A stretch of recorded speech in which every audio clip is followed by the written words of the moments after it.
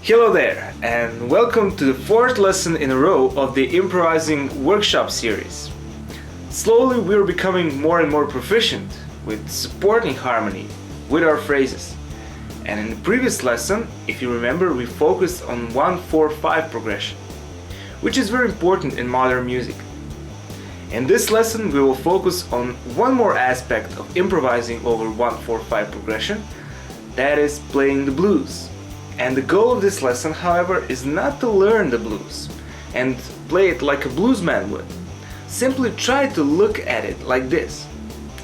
Blues represents the basics of modern music, as we know, and it is very important to learn the key ingredients of improvising using blues rules over this progression, as it has many uses later on in various other styles of music. Couple of words about harmony and scales.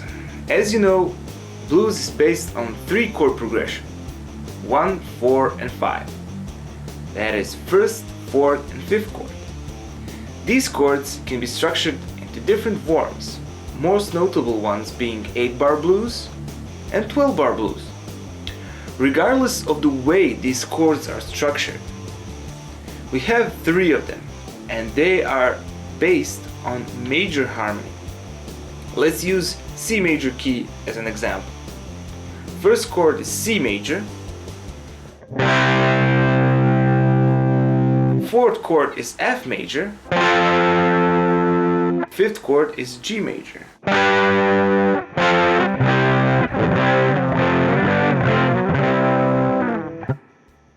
The way we supported these 3 chords in the last lesson is by using the C major scale.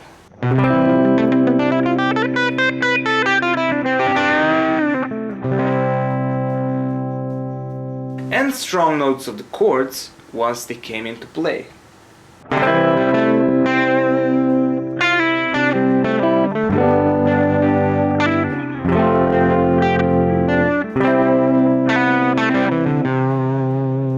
Now with blues, things are a bit different.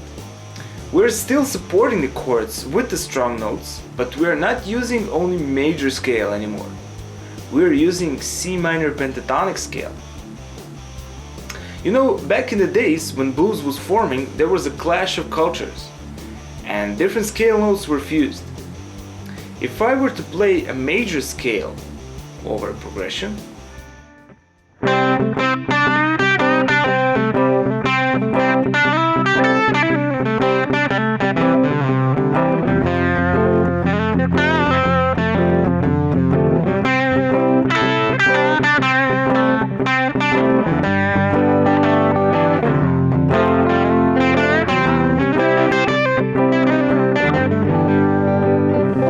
it will sound okay. Now, if I were to play C minor pentatonic over the same progression, it instantly sounds bluesy to us.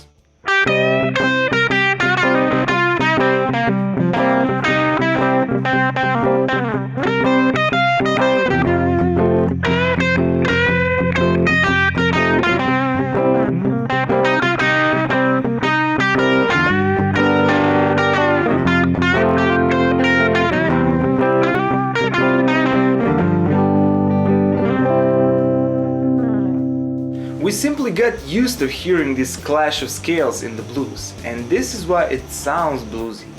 It's the most important characteristic of this style. Now, blues is mostly about pentatonic scales clashing against each other. Over C, F, and G chords, we can use C major pentatonic and C minor pentatonic. These 2 scales, fused together, form something that resembles to C Dorian mode, but with added major 3rd, E note.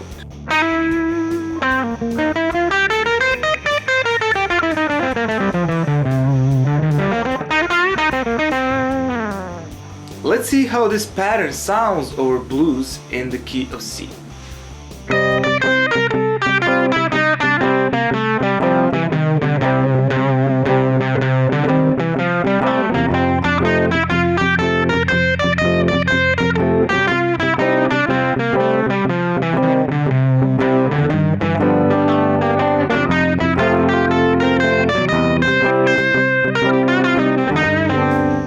nice. We now have a richer choice of notes to play with. And if you look closer, you will see that most of the strong notes are there too. We have C, E, and G for C major. We have F, A, and C for F major. And from G major we have two strong notes, G and D, while B is missing. Now there is one more note that we can add to this fused pattern, and that is F sharp. This is the note from C blues scale.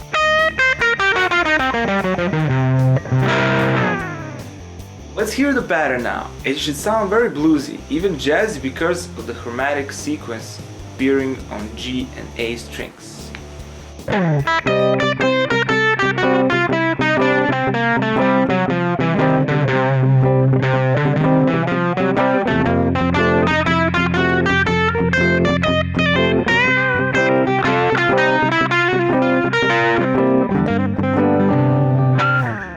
Okay, since now we have our basic range of notes that we should use over the 1-4-5 progression in blues, we can start with creating some phrases. Any good improviser knows it's not the quantity, it's the quality of the notes we choose to play. Our phrasing needs to follow the chords seamlessly, but also we need to make our phrases interesting. For this exercise we will use call and response structure of phrases, where first phrase is calling the response and second one is responding in similar fashion. As in blues we use various scales, we can upgrade the concept a bit as well. Let's use only major pentatonic for call phrase and minor pentatonic with blue note for response. This creates a nice contrast. Always make sure you're on the correct notes when starting and ending your phrases, and for this example we will use root notes. Here's our progression, and this is the first section. Here's major opening lick with the whole step bend, so we start from the root and go to the third. Now we will use minor pentatonic, bending slightly almost to major third to create tension known as the blue note, and go down again to the root. If we join these two licks together, it should sound like this.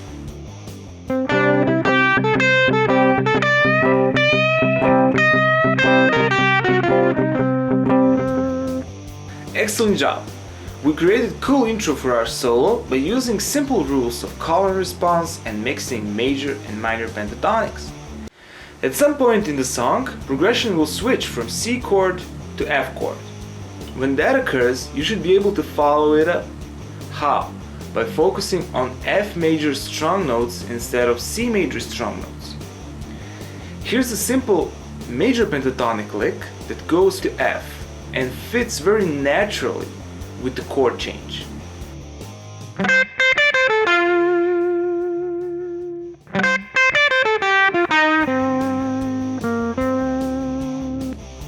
Repetition of a phrase can easily sound good in this case, because first time we go to F and second time back to C tonic, because the progression goes this way.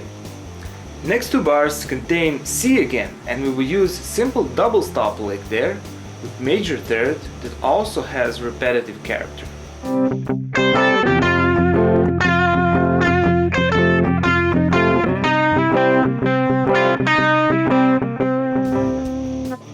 Little goes a long way, and little by little we are on the bar 9 of our 12-bar blues progression. Now the progression will kick into higher gear, which means chord will change faster from 5th to 4th to 1st to 5th, which is called a turnaround. It means that after this part, all progression starts from the beginning. In the turnaround section, we can apply minimalistic approach and still follow the roots properly, jumping from root to root using minor pentatonic scale. It can be simple, yet effective.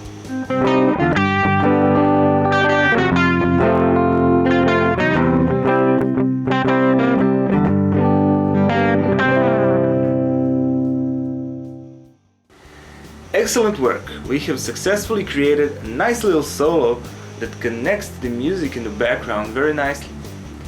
Let's remind ourselves of what exactly we did. Over first 4 bars of C, we played call and response licks. First one major pentatonic and second one minor pentatonic.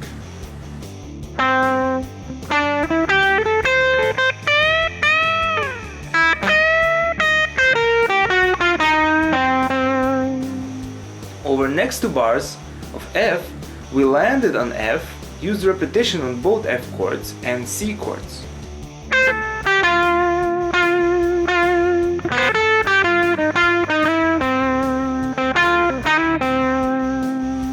And in the last section, we went through the root notes by going through the blues scale.